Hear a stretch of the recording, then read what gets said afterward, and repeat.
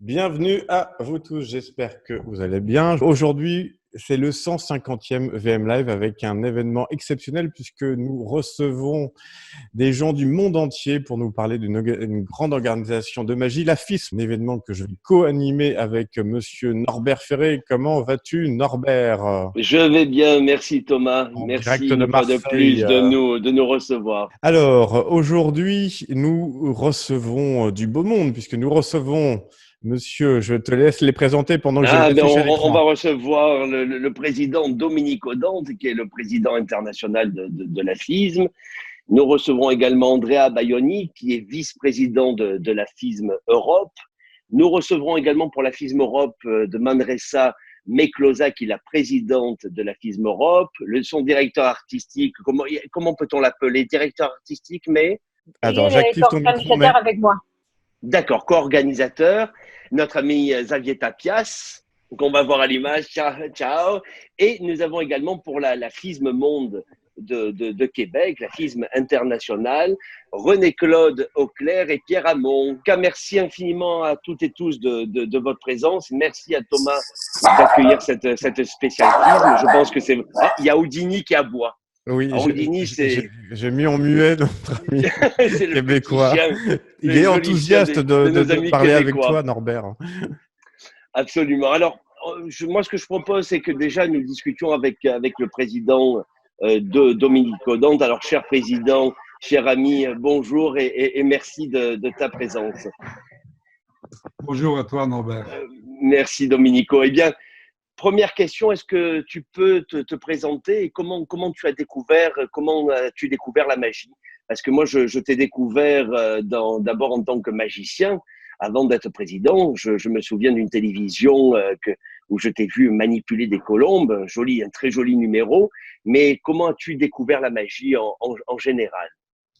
Mais regarde, pour moi, ça a été un hasard. J'étais officier à l'hôpital militaire de Vérone et j'ai rencontré un homme moine qui était passionné d'écrire des livres aux enfants. Ils avaient écrit une encyclopédie. Et c'est là que s'est déclenchée la curiosité pour la magie. Et après, j'ai rencontré Mario Altobelli, qui est très connu par les amis français et qui est devenu mon mentor. Et j'ai commencé à devenir semi-professionnel parce qu'après les militaires, je suis allé à travailler à l'hôpital. Mais j'ai travaillé pas mal avec la magie aussi. Je faisais 160, 170 spectacles par année.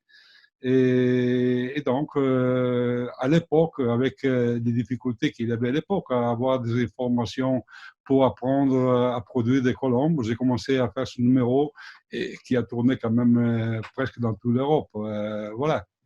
Et après, j'ai continué dans la magie et j'ai quitté l'hôpital et je me suis intéressé d'un autre point de vue de la magie, c'est-à-dire promouvoir l'art magique, d'abord comme président du club Magic Italiano, qui m'a permis d'apprendre beaucoup de choses, même si personnellement je ne faisais pas plus, je ne faisais plus de spectacles, je veux dire.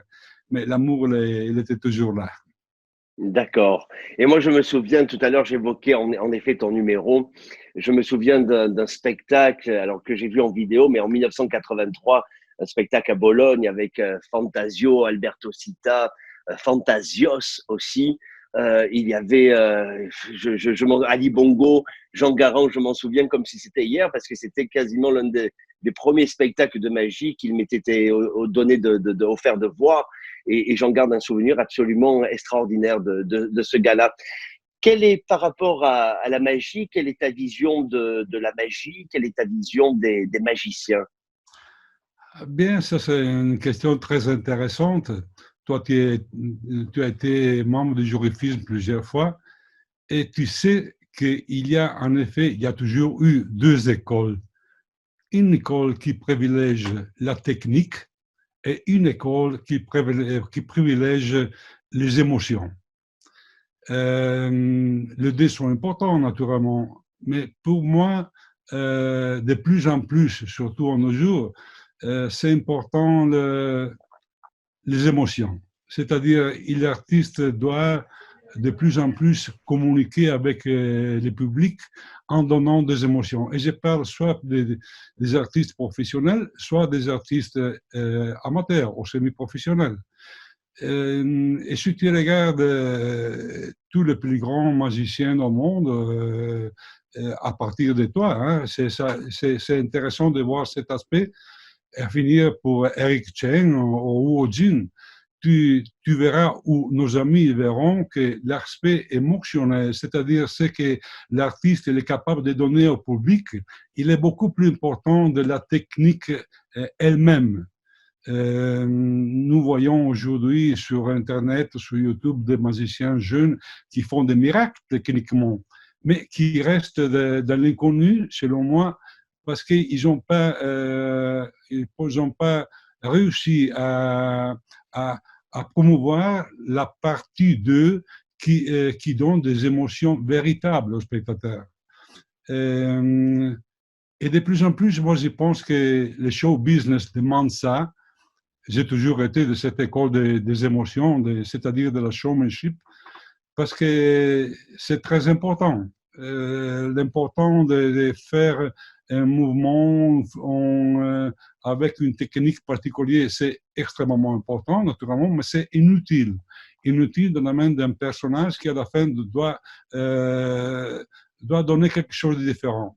Tu sais, moi, je me souviens tout le temps d'une chose qui m'a toujours fait réfléchir et quand même un peu choqué. J'étais dans les années 90, quelque chose comme ça, dans un spectacle, dans un congrès autrichien. Et il y avait, et c'est une manière pour s'appeler de lui et pour montrer notre métier, il y avait Norm Nielsen. Qu'est-ce qui s'est passé? Lui, il était au centre de la scène et il avait sa table à 1 mètre à sa gauche, plus ou moins, quelque chose comme ça. À moitié du numéro, il se rapproche de la table. On dit entre nous, il prend visiblement des pièces et il retourne dans le centre de la scène, il éventaille les pièces et à ce moment-là, standing ovation. Alors je me suis demandé, mais pourquoi quand les magiciens ils savent les trucs, ils savent qu'il a été prendre ces 10 ou 20 pièces et il les étale au centre de la scène, il a eu un standing ovation. Et la réponse à ça, c'est ce que je suis en train d'expliquer. C'est lui, c'était Norm Nielsen. C'était les émotions qu'il avait préparées pendant tout le numéro et qui culminaient au milieu de son numéro pour faire dire que lui, il était un grand artiste. Et il y en a beaucoup des artistes qui, consciemment ou inconsciemment, ont fait ça. Et ça, c'est une clé, selon moi, qu'on devrait, nous, musiciens, la suivre d'une manière beaucoup plus forte. Parce que c'est une clé du succès. Beaucoup de musiciens, ils ont des capacités, ils ont la possibilité de rejoindre un niveau plus haut, mais ils devraient bien regarder ce que c'est la psychologie par rapport au public et par rapport aux émotions qu'eux, ils donnent au public. C'est ce qu'ils se souviendront d'eux, tu comprends? Oui, il devrait y avoir des fois presque un peu, et je ne sais pas si ça existe, mais un peu des cours presque d'émotion.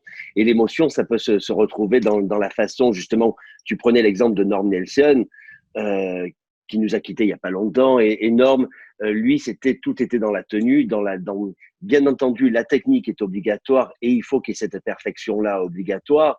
Mais c'est certain, et ça, c'est une vision que nous, on partage parce qu'on a eu l'occasion déjà d'en discuter. J'ai eu l'occasion déjà d'en discuter avec Domenico. Et c'est vrai qu'en ce qui concerne l'émotion, ben, ça va se jouer avec le timing, la position du corps, ça va se jouer avec le choix des musiques. Je crois que le timing y est pour beaucoup. Alors là, sur le forum, Domenico, on a une question de Patrick qui dit « Est-ce que la FISM privilégie toujours l'émotion par rapport à la technique ?» En fait, non, je crois que pardon, je réponds pour toi, mais c'est véritablement un ensemble, me semble-t-il. Oui. Qu'en penses-tu? Tu as raison. Les membres des jurys, ils sont aujourd'hui choisis avec beaucoup plus d'attention pour faire qu'ils sachent juger ça. Mais comme tu as dit, c'est un effet mêlé. Il n'y a pas un véritable partition entre la technique et l'émotion. La technique, c'est quand même extrêmement important, parce que sans elle, on ne peut pas avoir un spectacle magique. Mais comme tu as dit justement, c'est la préparation pour améliorer, pour mettre en valeur au maximum le magicien dans son spectacle. C'est lui qui est vraiment le master. Pour exemple, une autre chose qui m'est passée, j'aime bien raconter, si tu permets, aux amis français. J'étais déjà président du club italien et j'avais engagé, je me souviens, à Pesaro, un grand magicien qui est Dimer. Dimer, tu connais le charisme qu'il a, tu connais bon. À un certain moment, il produit une colombe et la colombe s'envole dans le public. Panique totale. Lui, dans la scène, il arrête, tout, un silence incroyable. Là, tout le monde, il est descendu doucement. Il a été prendre la colombe, il est retourné sur la scène. Silence, c'est inimaginable le silence qu'il y avait. Hein. Et il dit, maestro, musique, comme toi. Mais ça, c'est véritable, il avait besoin.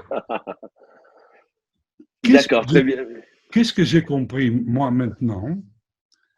C'est que les pauvres ami qui est décédé, il s'appelait Giorgio, il avait un mini-disque avec des boutons minuscules.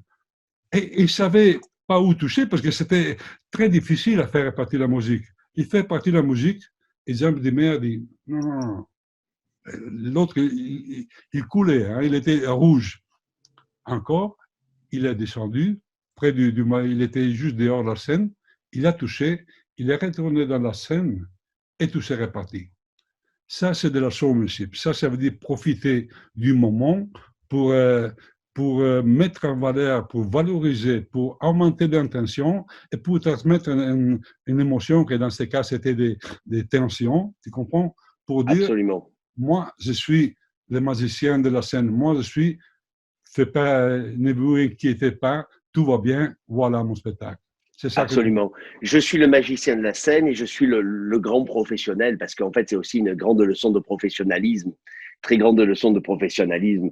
Venons-en un peu. En tout cas, c'est une belle anecdote et j'imagine très bien toute l'émotion qu'il y a pu avoir dans la salle parce que justement, il a joué avec d'une problématique, d'un problème qui a pu lui arriver. Il a réussi et c'était peut-être préparé. Ou si ce n'est pas préparé sur le moment, c'était déjà peut-être arrivé. Et c'est là où on reconnaît tout le professionnalisme.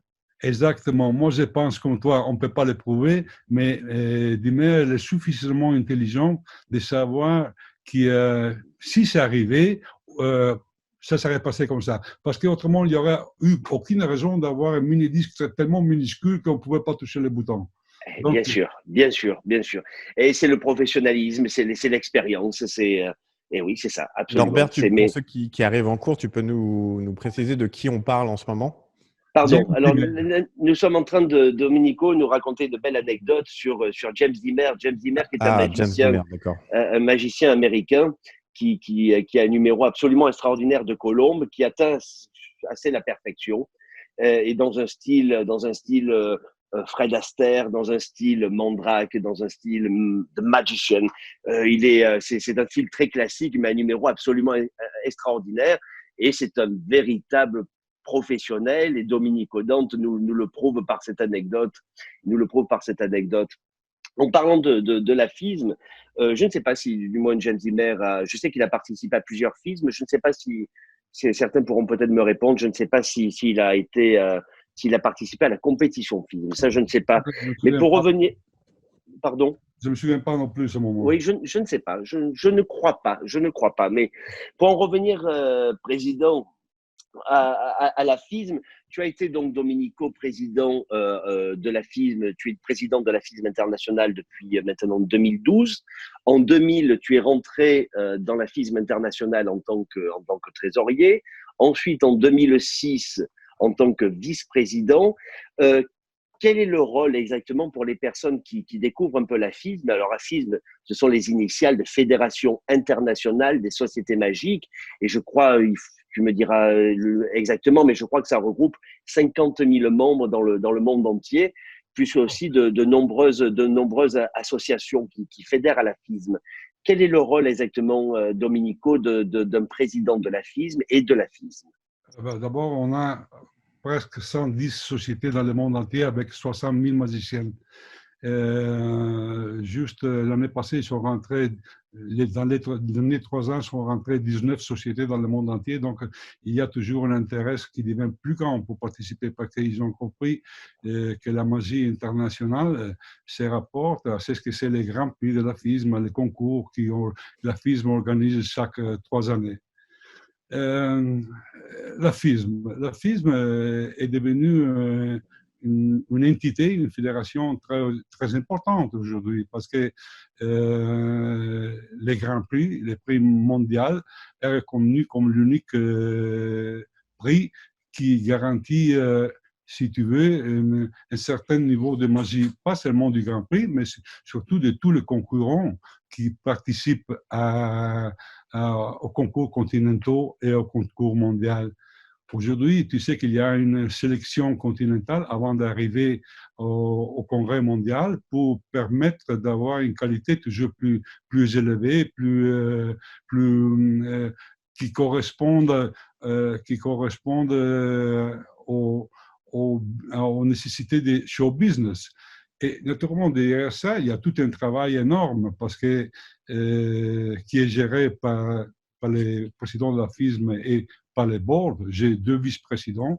Un, c'est Peter Ding, français, et l'autre, c'est Satoru Yamamoto du Japon, qui m'aident à travailler sur une énormité de problématiques qui s'effacent tous les jours, qui vont des concours, qui vont de l'organisation des congrès mondiaux, des congrès continentaux, parce que tu sais que la FISM, c'est une fédération de sociétés, pas d'individus. Donc, nous, on suit les magiciens à travers les présidents, même si on a une attention énorme pour les magiciens individuels. Imagine-toi qu'est-ce qu'on a fait avec les FISM Cards, que ce n'est pas seulement gagner un prix réduit sur les congrès. Et la vision est beaucoup plus grande des FISM Cards. Et dans 3-4 ans, on a déjà imprimé 6500 cartes. Imagine, pour tous les magiciens. Ce qui m'intéresse de ce point de vue-là, c'est de donner l'idée familiale, de l'idée de la famille de la magie. C'est-à-dire, on fait tout ce qu'on peut pour les magiciens professionnels et pour les magiciens amateurs, et les présidents nous aident à faire ça. Ils font beaucoup de travail. Là, tu parlais de cartes, justement. En effet, ces cartes-là, ça donne une appartenance à un groupe, à une fédération internationale, la société des sociétés magiques. Tu parlais justement des cartes. Cette carte donne accès, je crois, à des réductions dans les congrès. Elle donne accès à différentes réductions. Direction aussi à je crois, des marchands de trucs, à plein de différents niveaux. Et je crois que les gens peuvent retrouver toutes les informations sur le site de la FISM, n'est-ce pas? FISM.org, www.fism.org, et ils peuvent adhérer et récupérer cette carte avec leur club de magie, hein, je crois, c'est ça? Exactement, exactement. Permets-moi de dire, c'est seulement le début, parce qu'on a encore des choses, mais il y a tellement de travail à faire. Tu imagines que nous, du board, on travaille, moi, honnêtement, je travaille 8 heures par jour pour la FISM. Derrière nous, pas beaucoup de personnes connaissent, mais il y a des groupes, des consultants et des consultants qui nous aident dans une manière incroyable. Il y a des personnes comme toi et Bayoni, pour la communication. Il y a des personnes qui traduisent en 4 langues tous les newsletters, tous les documents. C'est un travail énorme. Il y a un groupe des avocats dans les 5 continents qui sont appelés à nous aider sur n'importe quel détail juridique qui se passe. Il y a des groupes de IPR, International Property Rights, quand il y a des cas ou des plagiats ou de voir s'il y a été des plagiats. Donc, il y a tout un travail qui est pas visible immédiatement, mais qui est essentiel pour promouvoir l'art magique de la meilleure manière, pour promouvoir une idée de magie qui soit update, qui soit d'aujourd'hui et qui soit puisse être d'aide soit au magicien qui fait ça pour profession et soit pour le magicien qui fait ça pour amateur, qui fait ça de temps en temps comme deuxième profession, qui sont pas mal aussi, tu comprends? Bien sûr, absolument. On a une petite information je vois le dernier message, Aldo, concernant James Dimmer. Aldo qui nous dit que James Dimmer a participé à la FISM en 1988. 1988, si mes souvenirs sont bons, c'était La Haye, et qu'il n'a participé à aucune compétition FISM. Mais en tout cas, Aldo s'y connaît un petit peu puisque c'est l'auteur, le très bel auteur de cet ouvrage majeur sur la FISM. Dans lequel on retrouve tous les détails de chacune des FISM avec les photos et les précisions de tout cela. Qui est une véritable Bible pour celui qui s'intéresse à la FISM et qui veut avoir toutes les informations sur la FISM et qui peut aussi s'en servir aussi des fois pour monter un gala. Parce que moi, il m'est arrivé, par exemple, pour la FISM de Busan, quand j'ai monté le gala là-bas, j'ai ouvert ce livre-là en regardant un peu les artistes qui n'y avaient pas participé ou ceux qui avaient déjà trop participé pour essayer de trouver un mix. C'est une véritable Bible et un très, très, très beau livre, Aldo. Encore, tu sais tout l'amour que je porte à ce livre puisque je t'ai félicité à plusieurs reprises. Et encore un grand bravo et un grand merci d'avoir légué ce magnifique travail. Cher Président, je reviens vers toi. Merci. Je reviens vers toi concernant, j'ai une petite question parce que là, nous sommes dans une période absolument incroyable avec le Covid-19, le coronavirus, période absolument surréaliste où tous les magiciens dans le monde sont à l'arrêt complet. Comment vois-tu justement l'avenir de la magie, l'avenir des magiciens? J'imagine qu'il y aura un avant et un après. Là, bien entendu, on n'a aucune information sur quand est-ce qu'on pourra rejouer. J'imagine aussi que ça crée de nombreux problèmes à tous les niveaux. Par exemple, un artiste qui joue du close-up, qui fait du close-up. Comment vois-tu cet avenir-là de la magie suite au coronavirus? Alors, écoute, moi, comme beaucoup de personnes, j'ai aucune solution. J'ai pas la baguette magique, naturellement, pour comprendre. Mais je suis positif. Après chaque pandémie, soit dans tu imagines après les années 20 avec l'espagnol, le monde, il est né encore une fois. Donc ça va venir, ça passera. Moi, je suis convaincu que dans le moment où il y aura un vaccin, les choses se calmeront beaucoup plus que maintenant. Pourquoi j'ai dit ça? Parce que pour moi, la magie, nous ne sommes pas seulement nous, hein, il y a les artistes, les acteurs, le théâtre, tout le monde. La magie sans spectateur, on doit l'imaginer, on peut l'imaginer seulement en cas d'émergence. On ne peut pas imaginer une futur de la magie différent qu'avant. Il doit être comme ça. Parce que le magicien, il a besoin de son public, il a besoin de son théâtre, il a besoin d'être proche. Et donc voilà, pour moi, il n'y a pas une vision différente de la magie plus tard. Donc le problème, c'est comment passer ce moment. Parce qu'ils disent qu'un vaccin sera prêt au mois de décembre, on verra, j'espère. Mais ça serait naturellement un premier pas. D'autre façon, tu sais, quand je parle souvent avec des amis, avec toi aussi, je me dis, bon, si les Jeux olympiques, ils sont programmés pour 2021, et les Jeux olympiques, ils ont des centaines, des milliers de personnes qui vont là-bas. Donc, ça veut dire quelque chose que les personnes, la science, les chercheurs, ils ont quelques éléments beaucoup plus sûrs que moi. Parce que autrement, Ouais, parce qu'il y a des millions qui sont, dans tous les exact, cas, des millions qui sont mis en place. qui arrive dans le Bien monde sûr. entier. Donc, ça me donne une idée positive du futur. Moi, j'espère surtout, comme tout le monde, sur le vaccin. Il arrivera. Il faudra voir euh, comment il sera donné, etc. Mais il arrivera. Et sur l'année prochaine, je commence à avoir de bons espoirs. Pour le moment, il n'y a rien à faire. On est en cas d'émergence et on ne peut rien faire. En effet, tu sais, l'unique chose que moi j'ai dit euh, aux amis et aux responsables, aux présidents avec lesquels je parle, c'est qu'on doit aider surtout les professionnels. J'ai beaucoup de fois mentionné le Magic Circle d'Autriche, l'MRA, qui a institué un fonds pour aider les professionnels, parce que ce sont qui vivent de la magie.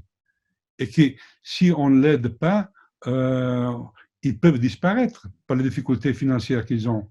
Ça, c'est une aide concrète pour que chaque société, chaque président, chaque pays, il devrait faire euh, pour, pour, pour, pour, euh, pour donner quelque chose qu'on peut toucher à des personnes qui vivent de la magie. Parce qu'il n'y a pas d'autre solution. Les congrès tombent un après l'autre et c'est difficile d'imaginer, c'est du blabla, imaginer des théâtres avec des pièces libres, etc., etc., etc. Mais comme je te répète, à la fin, je suis positif parce que je suis sûr qu'avec l'aide du monde entier qui est en train de regarder cette solution, ils la trouveront. Et dans le même temps, on fait ce qu'on fait. On partage la magie, on partage les moments, on discute, on fait des conférences. Le web est plein de cette chose et c'est absolument très positif parce que ça permet pas seulement de partager des idées, mais ça peut être un moment aussi pour améliorer son spectacle, pour réfléchir. Pourquoi pas soit le moment, comme on disait avant, d'imaginer, de regarder un autre point de vue de la magie, comme on disait, d'évaluer une showmanship, une transmission d'émotions. Peut-être sur l'occasion, dès qu'on a le temps, de regarder c'est ce qu'on fait nous-mêmes, chaque musicien, pour améliorer ça. Donc, c'est un moment difficile, mais on le passera, je pense. Oui, je pense aussi. Je te suis sur ce positivisme, en fait, absolument. Je pense que c'est seulement une question de temps, en fait. C'est une question de temps, mais après, comment pourrait-il être autrement que ça ne reprenne pas? Et c'est vrai qu'aussi, je te rejoins totalement, Internet, là, en ce moment, regorge de créativité. Et c'est très agréable d'avoir cette passion de la magie, parce que si on aime véritablement la magie, on peut avoir accès à une multitude de choses absolument incroyables dues à ce coronavirus, comme par exemple Thomas Thibault qui a mis en ligne, là, tous les jours, il donne 2 heures d'interview depuis maintenant quelques semaines, et je l'en félicite encore parce que c'est absolument remarquable. Mais il y a aussi la fédération française qui a mis en place des choses, et tout le monde a mis des choses aussi en Italie, je suis au Québec, en Espagne aussi. On voit qu'il y a une véritable émergence de tout ça. En tout cas, cher président, cher Domenico, merci infiniment. Je crois qu'on était très heureux de cette rencontre. Merci en tout cas de nous avoir expliqué tout ça. Je te laisse, si tu veux, un petit mot de la fin avant qu'on accueille Andrea Baioni, qui est vice-président de la FISM Europe. Mais un grand merci, Domenico. Merci de ta présence. Merci, Président. Merci à vous, merci à tous les personnes qui ont suivi cette interview. J'aimerais bien saluer tous les amis que j'ai en France. J'en ai beaucoup. Malheureusement, on peut pas les rencontrer maintenant, mais mon cœur, c'est avec tous les musiciens du monde entier. Oui, merci, Domenico. Merci, Dominica, Gaëtan. Merci, Domenico. Merci à vous. Merci d'avoir accepté notre invitation. Bonjour, Gaëtan. Comment vas-tu? Eh bien, ça va, écoute, ça va, j'écoute ça, mais oui, c'est vrai que moi, je me pose les mêmes questions que toi sur le futur immédiat. Le futur à un peu plus long terme, fatalement, on aura oublié si on oublie ça, mais Précision avant tout, Gaëtan n'est pas là par hasard puisque Gaëtan fait partie justement des consultants artistiques de l'AFISM avec quelques autres. Voilà, tu fais partie de l'AFISM, Gaëtan. oui, je ne sais pas comment je me suis retrouvé là d'ailleurs, mais D'ailleurs, tu as été honoré, on t'a remis un prix de grand inventeur, je ne sais plus quel était oui, le oui, prix, oui, mais oui. Non, mais je veux dire, dans cet aéropage de talent, de talent, de talent. On va accueillir, si vous voulez bien, Andrea Baioni, qui est donc vice-président de la FISM Europe. Andrea, nous allons parler en anglais, mais tu comprends le français. Hein, tu comprends le français. Oui. Et ton français est plutôt bon. Alors, Bonjour à peut-être tous. ce qu'on peut faire, c'est que Norbert, tu poses les questions en français et Andrea répond en anglais. Comme ça, c'est peut-être plus simple pour tout le Et monde. peut-être on ne fait pas de traduction parce Oui, que voilà. pour que ça ne soit pas trop lourd. La première question, Andrea, ça sera How did you get into magic? Comment as-tu découvert la magie? Comment es-tu rentré dans la magie? Je m'excuse si j'ai préféré parler en anglais, mais mes études en français remontent à plusieurs années. Je comprends presque tout, mais j'ai du mal à parler.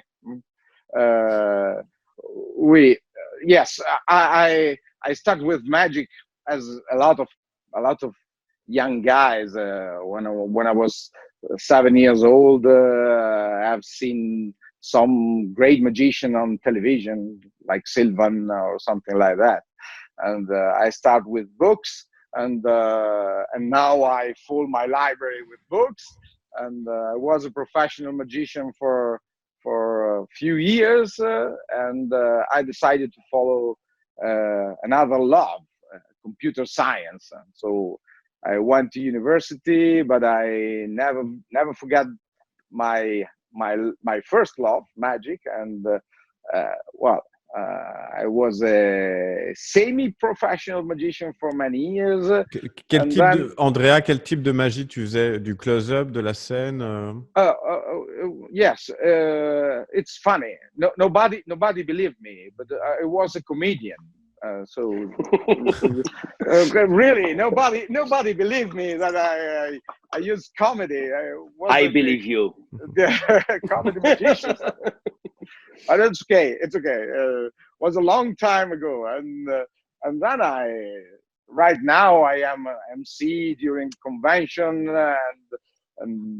but I have. It's strange because when I was a professional magician, a lot of people asked me what kind of job I did to live. And I said, I am a magician, but okay, you are a magician, but what do you do for a living? And now I'm not a professional magician. And I say, well, wonderful. My hobby is magic, but I have a company and I work in an ICT company. And a lot of people think that I am a professional magician. And I work for ICT company just for a hobby. It's very strange because I published some pictures on Facebook and on Instagram with my friends, my magic friends, and people think that I am all the time in a magic environment. That I work all the time for FISM. It's really strange, but it's funny. And as Domenico said before, it's a tough job, really, because a lot of people work for magic in their spare time, and it's my case. I work for magic during my spare time, and I try to work. Thinking about what does it mean to be a magician, not only as a professional magician, but as a lover, to have magic as a passion. And for this reason, every day you see around me every day. I collect something of magic, and I read a book, and I write to magicians, and I share ideas, and I think this means to be a magician in a full way. Uh-huh. Et tu es aussi, après toute cette passion-là dans son intégralité, tu es aussi, je sais, coach pour traîneur, coach pour l'équipe italienne, le club italien. Est-ce que tu peux nous en parler? Yes, for sure. I started in 2008 because I was looking for understanding what's happening in other countries like Germany, French, Korea, and something like that. And I have a question in my mind. Magic competition are useless or not? Because anyone is interested in any kind of art expressions know that one of the most debated topic is concerning the importance or useful of the competition in arts. Happens for music, for photography, for acting, for painting, and obviously for magic. And I try to analyze the matter, changing the point of view, and try to understand which is the goals of competition in arts, and compete in a competition, what does it mean? And for this reason, I have seen that a lot of countries started to manage a team of magicians to compete in world championship. And I have a chance to become a official FISM official judge in 2009. It was in China, and I understood more in that competition. I understood that compete in a competition have a lot of meanings, but first of all means attend an event scheduled. So this characteristic of the competition reveal the first help can give a competition. Have a deadline. I know it's not true and right for everybody. When people set a deadline, they are setting goals.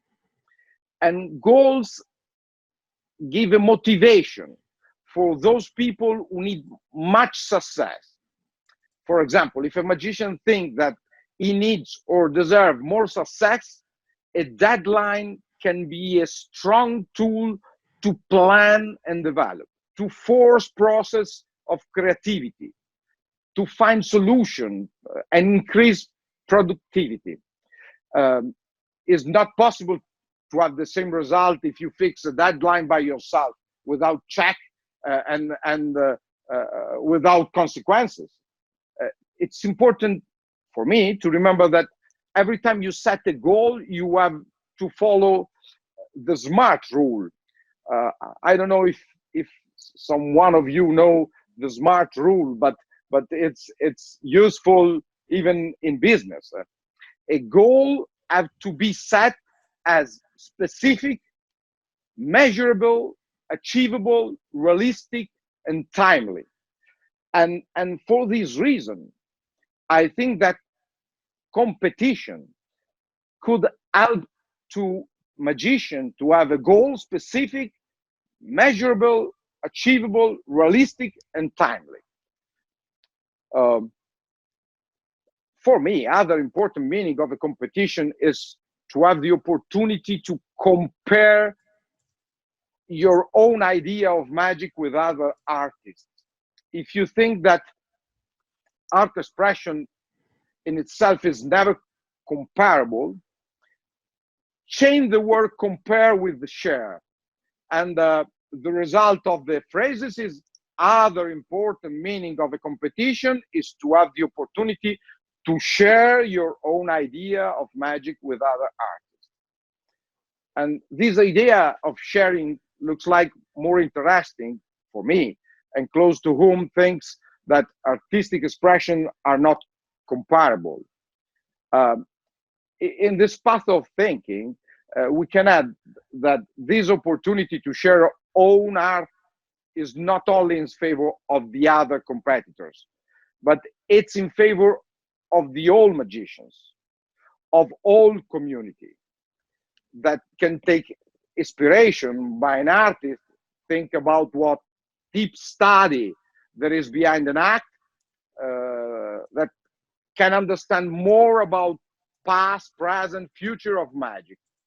And I think that magic is not only a trick. You asked to Domenico if it's more important for a FISM judge ability, skills, or emotion, and I think that it's obviously it's both. But when you play an act where you are a magician, the first rule is the secret is be concealed. You have not to show a trick, and this means that skills are the first thing that you have to take care. So it's not only a puzzle, obviously. It's not only something for silly person or bored children. We have to work not only for ourselves, but I think to make growing up the idea of magic as an art with deep roots in culture, with deep roots in history, able to change life of people, and that every day is used in a lot of environment. Magic is used as an amusement, as entertainment, as an advertising tool, as a marketing tool, as a teaching tool, as a neuroscience tool, and so on. Nice. So, Nice. Andrea, j'ai une question. En quelle année es-tu rentré à la FISM? Pour quel poste? Et actuellement, qu'est-ce que tu fais à la FISM? C'est quoi ton rôle concrètement à la FISM yeah. en ce moment? I started with as a FISM official judge in 2009, and in 2011 I started as a member of the FISM Europe board, and was a funny situation, because Continental Division started exactly at that point, 2011, and to build a new way to organize continental competition, to say to the magician that magic is following the path as a world championship of sports, for football or basketball. So means you have to play in a continental competition before to go to the world championship. Was a hard goal to follow, but I think that right now people has understood that this is a way to do, is to compete in a continental competition, to check your FISM level first, and then I started with Norbert in a communication consultancy group. We are working right now for FISM to communicate what FISM is doing on Facebook, on the website, helping for newsletter, and I was a member of ICT consultancy group with Xavier Tapias, Satoru Yamamoto, Peter Dean, Chemar Ueda, and Peter Scholler, and we are working for the future. So means a lot of things in magic will develop on digital. And you know, not only for coronavirus, not only for COVID, but you know, Oui, a lot of c'est un things peu l'avenir. are you know very well. You are virtual magics. For this reason, we are here, and I think nobody better than you know what does it mean, this digital transformation. And we are working to understand better what we can do for our members, means for our society, to help them to go in this direction too, to have another path beside the normal way to have members in a club, in a room, to share magic, or to gather in a theater. This is my work now. Okay, Merci, merci Andrea. Merci. Merci beaucoup. On était ravis de faire plus ample connaissance avec toi. Merci, merci d'être venu nous parler de ton expérience et de ton parcours magique. C'était agréable de faire plus connaissance avec toi. On va, si vous le permettez, maintenant partir en Espagne.